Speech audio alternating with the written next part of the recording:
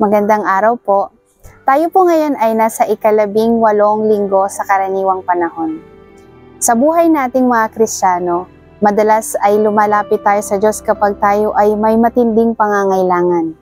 Madalas ay nakakapagdasal tayo ng mataimtim kapag mayroon tayong kailangan ipagdasal ng lubusan.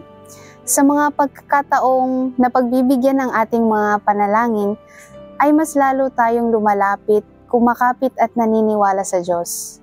Ngunit sa mga pagkakataong tila hindi tayo pinakinggan ng Diyos, ay minsan nagtatanong tayo, nasaan ang Diyos? Mayroon ba talagang Diyos? Dapat pa ba akong maniwala?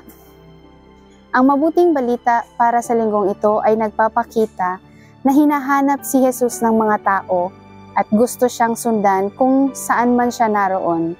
Dahil sila ay nabusog noong gumawa si Jesus ng himala at pinakain niya ang mga libu-libong tao. Maaaring sila ay naghahanap pa ng panibagong himala ng kung anong maaaring ibigay pa ni Jesus sa kanila upang sila ay lubos na sumampalataya sa Kanya. Katulad natin, mas madali tayong naniniwala at sumasampalataya kung konkretong nakikita natin na gumagawa ng himala ang Diyos sa ating buhay. Ngunit, paano kung hindi tayo pagbigyan ng Diyos sa ating mga kahilingan? Mawawalan na ba tayo ng pag-asa at pananampalataya sa Kanya?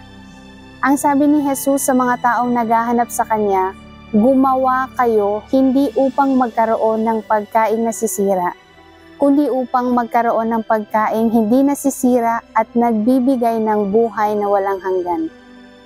At sinabi pa niya, ako ang pagkaing nagbibigay buhay. Ang lumalapit sa akin ay hindi na magugutom at ang nananalig sa akin ay hindi na mauuhaw kailanman. Mga kapatid, ang ating pananampalataya ay hindi nakadepende sa kung ano ang konkretong natatanggap natin mula kay Jesus, kundi sino ba si Jesus sa ating buhay. Mahalagang maunawaan natin na ang binibigay ni Jesus sa atin ay hindi lamang ang mga bagay sa mundong ito na paglipas ng ilang panahon ay maaaring mawala o may hangganan. Kundi ang binibigay niya sa atin ay ang kanyang sariling buhay. At saan natin yun matatagpuan? Sa banal na Eucharistia. Sa ganitong paraan ay nakikipag-isa siya sa atin upang tulad niya tayo ay magpatuloy sa buhay na walang hanggan. Tara, simba tayo!